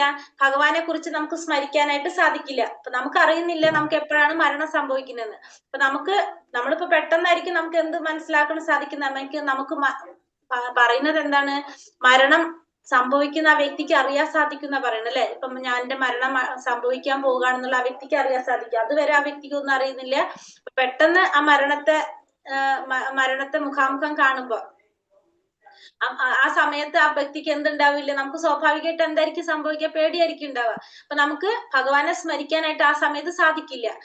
അങ്ങനെ സംഭവിക്കുമ്പോ ഏതെങ്കിലും യോഗാനുഷ്ഠാനം, പ്രത്യേകിച്ചും ഭക്തിയോഗം അയാൾ പരിശീലിച്ചിരിക്കണം. അപ്പൊ നമ്മളെ മുന്നിൽ മരണം കാണുമ്പോ നമുക്ക് ഭഗവാനെ സ്മരിക്കാനായിട്ട് നമുക്ക് സാധിക്കില്ല. അപ്പൊ നമ്മൾ എന്ത് ചെയ്യണം? നമുക്ക് പേടിയായിരിക്കും. സ്വാഭാവികമായിട്ടും നമുക്ക് എന്താ സംഭവിക്കുന്നുണ്ടാവും? ആ സമയത്ത് പേടിയായിരിക്കും. അപ്പൊ നമ്മൾ എന്ത് ചെയ്തിരിക്കണം? ഭക്തിയോഗം പരിശീലിച്ചിരിക്കണം. മരണാവസ്ഥയിൽ മനസ്സ് അത്യന്തം അസ്വസ്ഥമായിരിക്കും. അപ്പൊ മരണസമയത്ത് നമ്മുടെ മനസ്സ് എങ്ങനെയായിരിക്കും? അസ്വസ്ഥമായിട്ടായിരിക്കും ഇരിക്കേണ്ടത്. അതിനാൽ ഒരാൾ ജീവിത ദശയിൽ തന്നെ യോഗാചര്യയുടെ അതീന്ദ്രിയ ഭാവം ശീലിക്കേണ്ടിയിരിക്കുന്നു. അപ്പൊ അതുകൊണ്ട് തന്നെ ജീവിതത്തിന്റെ ദശയില് യോഗാചര്യയുടെ അതീന്ദ്രിയ ഭാവം ശീലിക്കേണ്ടിയിരിക്കുന്നു. അപ്പൊ അതുകൊണ്ട് നമ്മൾ എന്ത് ചെയ്യണം? ഈ അതീന്ദ്രിയ ഭാവം ശീലിക്കേണ്ടതാണ്. അതായത് ഭഗവാനെ കുറിച്ച്, ഭഗവാനിൽ കൂടുതൽ നമുക്ക് അടുക്കേണ്ടത് അത്യാവശ്യമായിട്ടുള്ള കാര്യമാണ്. കാരണം എല്ലാ സമയത്തും നമുക്ക് കൃഷ്ണാവബോധം നമ്മളിൽ ഉണ്ടായാല്, അല്ലെങ്കിൽ നമ്മൾ എപ്പോഴും ഭഗവാനെ സ്മരിച്ചുകൊണ്ടിരുന്നാൽ മാത്രമേ ഇങ്ങനെ മരണം സംഭവിക്കുന്ന സമയത്ത് നമുക്ക് പെട്ടെന്ന് ഭഗവാനെ സ്മരിക്കാനായിട്ട് സാധിക്കുന്നത്. അങ്ങനെ ഉണ്ടെങ്കിൽ മാത്രമേ ഉള്ളൂ. അല്ലെങ്കിൽ നമുക്ക് സാധിക്കണമെന്നില്ല. കാരണം ഓട്ടോമാറ്റിക്കലി നമുക്ക് ആ മരണം സംഭവിക്കുന്ന ആ ഒരു സമയം നമുക്കൊന്നും പേടിയായിരിക്കും. നമുക്കൊന്നും ചിന്തിക്കാനായിട്ട്, നമുക്കൊന്നും മനസ്സിലാക്കാൻ സാധിക്കാത്തൊരു സമയമായിരിക്കും. നമുക്ക് എന്ത് ചെയ്യാം എന്നൊന്നും നമുക്ക് അറിയുണ്ടാവില്ല. അങ്ങനത്തെ ഒരു സിറ്റുവേഷൻ ആയിരിക്കും. അപ്പോ നമുക്ക് ആ സമയത്ത് ഭഗവാനെ കുറിച്ച് നമുക്ക് സ്മരിക്കാൻ സാധിക്കില്ല. അപ്പൊ നമ്മൾ എന്ത് ചെയ്യണം? അത് ആദ്യമേ പ്രാക്ടീസ് ചെയ്തുകൊണ്ടിരിക്കുക. അല്ലെങ്കിൽ നമ്മൾ എന്ത് ചെയ്യാ? ഭക്തിയോഗം പ്രാക്ടീസ് ചെയ്തുകൊണ്ടിരിക്കുക. അതീന്ദ്രിയമായ ഭാവത്തിലേക്ക് ഭാവം നമ്മൾ പരിശീലിച്ചാൽ മാത്രമേ നമുക്ക് എന്ത് സാധിക്കുള്ളൂ? നമുക്ക് ആ ഒരു സമയം, ആ ഒരു സിറ്റുവേഷനിൽ നമുക്ക് ഭഗവാനെ സ്മരിക്കാനായിട്ട് സാധിക്കുള്ളൂ. അപ്പൊ നമുക്കൊരു സംശയം വരും, എന്താണ്? അപ്പൊ നമ്മൾ മരണസമയത്ത് നമ്മളിങ്ങനെ പേടിക്കുകയാണെങ്കിൽ നമുക്ക് ആർക്കും എന്ത് സാധിക്കണമെന്നില്ല? ഭഗവാൻ ഓർക്കാൻ സാധിക്കില്ല. അപ്പൊ നമ്മൾ ഭഗവാന്റെ അടുത്തേക്ക് പോകൂല എന്നുള്ളൊരു സംശയം നമുക്ക് വരും അല്ലെ? സ്വാഭാവികമായിട്ടും. അപ്പൊ നമുക്കത് ഭഗവാൻ ക്ലിയർ ആക്കി തരുന്നുണ്ട്. യദക്ഷരം വേദ 11 യദക്ഷരം വേദവിദോ വദന്തി വിശ്യന്തി യദ്യതയോ വീതരാഗഃ യദിച്ഛന്തോ ബ്രഹ്മചര്യം ചരന്തി തത്തേ പദം സംഗ്രഹേണ പ്രവിക്ഷേ. വേദപഠനം ചെയ്തവരും ഓങ്കാരം ഉരുവിടുന്നവരും സന്യാസി വര്യന്മാരും ഏത് ബ്രഹ്മപദം പൂകുന്നുവോ, ഏത് പരിപൂർണതയെ ആഗ്രഹിച്ച് ബ്രഹ്മചര്യം സ്വീകരിക്കുന്നുവോ മോക്ഷപ്രാപ്തിക്ക് കാരണമായ ഈ പ്രക്രിയയെ ഇനി ഞാൻ വിവരിച്ചു തരാം.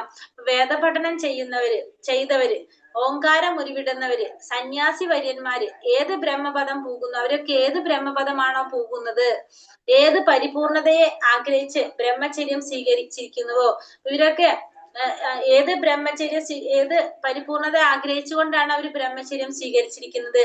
മോക്ഷപ്രാപ്തിക്ക് കാരണമായി ഈ പ്രക്രിയയെ ഞാൻ ഇനി വിവരിച്ചു തരാം. അപ്പൊ എല്ലാവരും ഒരു ലക്ഷ്യം മുന്നിൽ കണ്ടുകൊണ്ടാണ് ഇവരെന്ത് ചെയ്യുന്നത്? ഓങ്കാരം ഉരുവിടുന്നതും സന്യാസി വര്യന്മാര് പിന്നെ അതുപോലെ തന്നെ ബ്രഹ്മപദം പൂകുന്നതും പരിപൂർണത നേടാൻ ആഗ്രഹിക്കുന്നതൊക്കെ അവരെന്തോ ആഗ്രഹിച്ചുകൊണ്ടാണ് അതൊക്കെ അവര് ചെയ്യുന്നത്.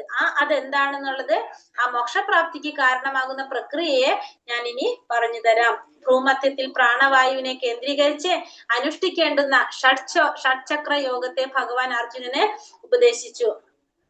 ഇതിന്റെ അനുഷ്ഠാനത്തെ പറ്റി അർജുനൻ അറിവില്ലെന്നതിനാൽ അടുത്ത ശ്ലോകങ്ങളിൽ ആ യോഗ പദ്ധതി വിശദീകരിക്കുകയാണ് കൃഷ്ണൻ. അപ്പൊ ഇവിടെ ഭ്രൂമധ്യത്തിലെ പ്രാണവായുവിനെ കേന്ദ്രീകരിച്ചുകൊണ്ട് അനുഷ്ഠിക്കേണ്ടുന്ന നമ്മൾ അഷ്ടാംഗ യോഗ, അതിനെക്കുറിച്ച് നമ്മൾ നേരത്തെ അർജുനന് ഭഗവാൻ ഉപദേശിച്ചു കൊടുത്തിട്ടുണ്ട്. പക്ഷെ അതിനെക്കുറിച്ച് അർജുനന് അറിവില്ലാത്തത് കൊണ്ട് അടുത്ത ശ്ലോകത്തില് അതിനെക്കുറിച്ച് പറയാണ് ഭഗവാൻ. സർവദ്വാരാണി സംയമ്യ മനോഹൃത്യ നിരുദ്ധ്യ ച മൂർധന്യാധായാത്മന പ്രാണം ആസ്ഥിതോ യോഗധാരണം. ഇവിടെ പറഞ്ഞ യോഗം പരിശീലിക്കണമെങ്കിൽ ആദ്യമായി വേണ്ടത് ഇന്ദ്രിയങ്ങളുടെ കഥകടയ്ക്കാണ്. അപ്പൊ നമ്മൾ ഈ പറഞ്ഞ യോഗം പരിശീലിക്കണമെങ്കിൽ ആദ്യം നമുക്ക് എന്ത് വേണം? ഇന്ദ്രിയങ്ങളുടെ കഥകടയ്ക്കണം. ഇപ്രകാരം ഇന്ദ്രിയങ്ങളെ സംയമിച്ച് മനസ്സിനെ ഹൃദയത്തിൽ ഏകാഗ്രമാക്കുകയും പ്രാണവായുവിനെ മൂർധാവിൽ സ്ഥിരീകരിക്കുകയും ചെയ്താൽ രോഗസ്ഥനാകാം. അപ്പൊ നമ്മൾ ആദ്യം തന്നെ ഇന്ദ്രിയങ്ങളുടെ കഥകടയ്ക്കണം. അതിനുശേഷം ഇന്ദ്രിയങ്ങളെ സംയമിപ്പിച്ച് മനസ്സിനെ ഹൃദയത്തിൽ ഏകാഗ്രമാക്കുകയും പ്രാണവായുവിനെ മൂർധാവിൽ സ്ഥിരീകരിക്കുകയും ചെയ്താൽ യോഗസ്ഥനാകാം. അപ്പൊ നമ്മള് ഫസ്റ്റ് ഇന്ദ്രിയങ്ങളെ നിയന്ത്രിക്കണം. അതിനുശേഷം മനസ്സിനെ എന്ത് ചെയ്യണം? ഹൃദയത്തിൽ ഏകാഗ്രമാക്കണം. മനസ്സിനെ ഏകാഗ്രമാക്കിക്കൊണ്ട് പ്രാണവായുവിനെ മൂർധാവിൽ സ്ഥിരീകരിച്ചുകൊണ്ട്, പ്രാണവായുവിനെ നമ്മൾ എവിടെ സ്വീകരിക്കണം? മൂർധാവില് സ്ഥിരീകരിച്ചുകൊണ്ടും ചെയ്താൽ നമുക്ക് യോഗസ്ഥനാകാനായിട്ട് സാധിക്കും. ഇവിടെ പറഞ്ഞതുപോലുള്ള യോഗാനുഷ്ഠാനത്തിന് ആദ്യമായി വേണ്ടത് സർവ്വ ഇന്ദ്രിയങ്ങളുടെയും കവാടങ്ങൾ അടയ്ക്കുകയാണ്. ഇതിനെ പ്രത്യാഹാരം അഥവാ ഇന്ദ്രിയങ്ങളെ വിഷയങ്ങളിൽ നിന്ന് പിന്തിരിക്കൽ എന്ന് പറയുന്നു. അപ്പൊ നമ്മൾ ആദ്യം പ്രത്യാഹാരം, ഇന്ദ്രിയങ്ങളെ ഇന്ദ്രിയ വിഷയങ്ങളിൽ നിന്ന് പിൻവലിക്കുക, അത് നമ്മൾ ചെയ്യണം. ഭക്തിപരമായ സേവനത്തിൽ മുഴുകി എപ്പോഴും കൃഷ്ണനിൽ തന്നെ മനസ്സുറപ്പിക്കാൻ സാധിച്ചാൽ ആ മനുഷ്യന് ഇളക്കമറ്റ അതീന്ദ്രിയ സമാധി അനായാസന ലഭ്യമായി തീരും. അപ്പൊ ആരാണോ ഭക്തിയുടെ സേവനത്തിൽ മുഴുകിയിട്ട് ഭഗവാനിൽ തന്നെ മനസ്സുറപ്പിക്കാനായിട്ട് സാധിക്കുന്നത്, ആ മനുഷ്യന് എന്ത് സാധിക്കും? ഇളക്കമറ്റ അതീന്ദ്രിയ സമാധി അനായാസന ലഭ്യമാക്കും. അങ്ങനെയുള്ളവർക്ക് ഈ പറഞ്ഞ പോലെ അതീന്ദ്രിയമായ രീതിയിൽ ആ സമാധി ചെയ്യാനായിട്ട് അവർക്ക് സാധിക്കും. ഓമിത്യോകക്ഷരം ബ്രഹ്മ വ്യാഹരൻ മാമനുസ്മരൻ യപ്രയാതി ത്യജൻ ദേഹം സായാധി പരമാം ഗതി.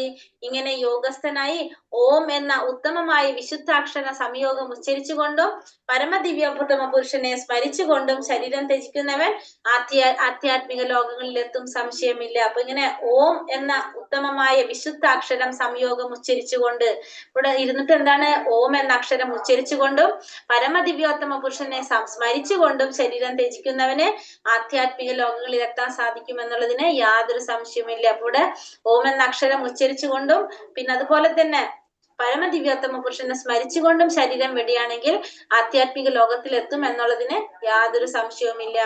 ഓങ്കാരവും ബ്രഹ്മവും ഭഗവാൻ കൃഷ്ണനും വിഭിന്നങ്ങളല്ലെന്ന് ഇവിടെ വ്യക്തമാക്കിയിരിക്കുന്നു. കൃഷ്ണന്റെ അവ്യക്തിഗതമായ ശബ്ദമാണ് ഓങ്കാരം. ഹരേ കൃഷ്ണ മന്ത്രത്തിൽ ഓങ്കാരം അന്തർലീനമാണ്. ഇവിടെ ഓങ്കാരം എന്ന് പറഞ്ഞു കഴിഞ്ഞാല് ഭഗവാന്റെ തന്നെ അവ്യക്തിഗതമായ ശബ്ദമാണ് എന്ത്? ഓങ്കാരം എന്ന് പറയുന്നത്. അപ്പൊ ഭഗവാനും ഓങ്കാരോ ബ്രഹ്മോ ഭഗവാനും എല്ലാം ഒന്ന് തന്നെയാണ്. ഓംകാരം എന്തിൽ അന്തർലീനമാണ്? ഹരേ കൃഷ്ണ മന്ത്രത്തിൽ ഓംകാരം അന്തർലീനമായിട്ടുള്ളത്. അതുകൊണ്ടാണ് നമ്മൾ അതിന്റെ മുന്നിൽ എന്ത് ചേർക്കാത്തത്? ഓം എന്ന് ചേർക്കാത്തത്. ജീവിത അന്ത്യത്തിൽ ഹരേ കൃഷ്ണ കൃഷ്ണ കൃഷ്ണ ഹരേ ഹരേ, ഹരേ രാമ രാമ രാമ ഹരേ ഹരേ എന്ന മഹാമന്ത്രം ഉരുവിട്ട് മരിക്കുന്നയാൾ തീർച്ചയായിട്ടും ആധ്യാത്മിക ലോകങ്ങളിൽ ഒന്നിൽ എത്തിച്ചേരും.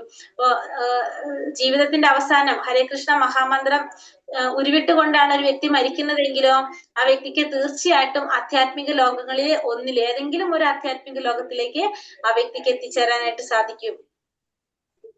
ഹരേ കൃഷ്ണ കൃഷ്ണ കൃഷ്ണ ഹരേ ഹരേ, ഹരേ രാമ രാമ രാമ ഹരേ ഹരേ. പഞ്ചകൽപതരൂപേശ്ച കൃപാ സിന്ധോഭ്യവ ച പതിതാനാം പാവനേഭ്യോ വൈഷ്ണവേഭ്യോ നമോ നമഃ. अनंत कोटि वैष्णव वृंद की जय, श्रील प्रभुपाद की जय, गुरुदेव की जय, निताय गुरु प्रमानंदे, हरि हरि बोल. हरे कृष्णा.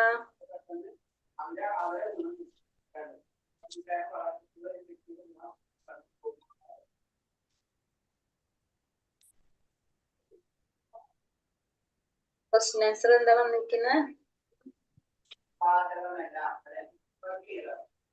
ബ്രഹ്മം, അധ്യാത്മ കാമ്യ കർമ്മങ്ങൾ എന്നിവ എന്താണ്? ബ്രഹ്മം എന്ന് വെച്ചാൽ എന്താണ്? അവിനാശി അതീന്ദ്രിയ ആത്മാവ്. ആത്മാവിനെ ബ്രഹ്മം എന്ന് പറയുന്നു. ജീവാത്മാവാണ് ബ്രഹ്മം. ആധ്യാത്മം ആത്മാവിന്റെ സ്വഭാവം. ബ്രഹ്മത്തിന്റെ ശാശ്വതമായ പ്രകൃതി. അധ്യാത്മം. കാമ്യകർമ്മം ശരീരം നിലനിർത്തുന്ന പ്രവർത്തനം. അതെ, ശരീരം നിലനിർത്താൻ വേണ്ടി പ്രവർത്തനങ്ങൾ. ചെയ്യുന്ന പ്രവൃത്തികള്. ജീവാത്മാവ് ചെയ്യുന്ന പ്രവർത്തനങ്ങളാണ് കാമ്യകർമ്മം. അതിഭൂതം, അതിദൈവം, അതിയജ്ഞം ഭൗതിക പ്രകൃതി. അതിഭൂതം പ്രത്യക്ഷ പ്രപഞ്ചം. അതിദൈവം ഭഗവാന്റെ വിശ്വരൂപം. അതിയജ്ഞം പരമാത്മാവ്. ഭഗവാൻ തന്നെയാണ് അതിയജ്ഞം. ഭഗവാൻ എങ്ങനെ ധ്യാനിക്കണം എന്നാണ് ഭഗവാൻ പറഞ്ഞത്? വ്യക്തിപരമായ രൂപത്തില്. സർവജ്ഞനും ആദിപുരുഷൻ, അണുവിനേക്കാൾ ചെറുത്, അജിന്റെ രൂപനൊക്കെ ആയിട്ട് ഭഗവാനെ സർവജ്ഞനായിട്ട്. അത് ശ്രീകൃഷ്ണ രൂപത്തിൽ ആരാധിക്കാൻ കൂടി പറയുന്നില്ലേ അതില്? ഉണ്ട്. അടുത്ത് പറയുന്നില്ലേ? എങ്ങനെ രൂപത്തിലാന്ന് പറഞ്ഞാൽ നമുക്ക് തന്നെ പറയാം. സർവജ്ഞനാണ്, ആദിപുരുഷനാണ്, സർവ്വതിന്റെ നിയന്താവാണ്, അണുവിനേക്കാൾ ചെറുതും സകലതിന്റെയും പരിപാലകനും, ഭൗതിക അനുമാനങ്ങൾക്ക് അതീതനും, അചിന്ത്യ രൂപനുമായിട്ടാണ് എന്ന് പറയുന്നുണ്ട്.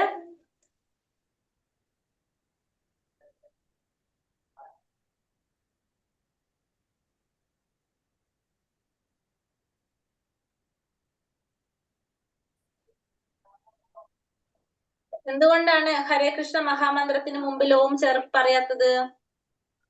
ഓങ്കാരം ഓങ്കാര മന്ത്രത്തില് ഓങ്കാരം അന്തർലീനമായതുകൊണ്ട് ഇതിൽ ഓൾറെഡി എന്തുണ്ട്? ഓങ്കാരം വരുന്നുണ്ട്. അതുകൊണ്ടാണ് അത് പറയാത്ത. അന്തർലീനമാണെന്നാ പറഞ്ഞത്. ഒരു ശുദ്ധ ഭക്തന്റെ സവിശേഷ ഗുണം എന്താണ്? ഭക്തിയോഗത്തിൽ ഉറച്ചു നിന്ന് ഭഗവാനെ സേവിക്കണം. ശ്ലോകം എടുത്തിട്ടില്ല മാതാജി. 14 എടുത്തില്ല, എടുക്കണമല്ലോ. എടുത്തിട്ടില്ല. 13 വരെ എടുത്തിട്ടില്ല. 13 വരെ എടുത്തിട്ടുണ്ട് അല്ലെ? 14 തീർത്തിട്ടില്ല അല്ലെ? ഞാൻ ആലോചിച്ചത് പറഞ്ഞു വന്നപ്പോ ആലോചിച്ചത് ഓർമ്മ വരുന്നില്ലല്ലോ എന്ന് ഞാൻ മനസ്സിൽ വിചാരിച്ചു. പക്ഷെ എന്റെ മനസ്സിൽ 16 വരെ എടുക്കുന്നതെന്ന് വിചാരിച്ചത്. ഇതിനകത്ത് പറയുന്ന യോഗ ഇല്ലേ? യോഗ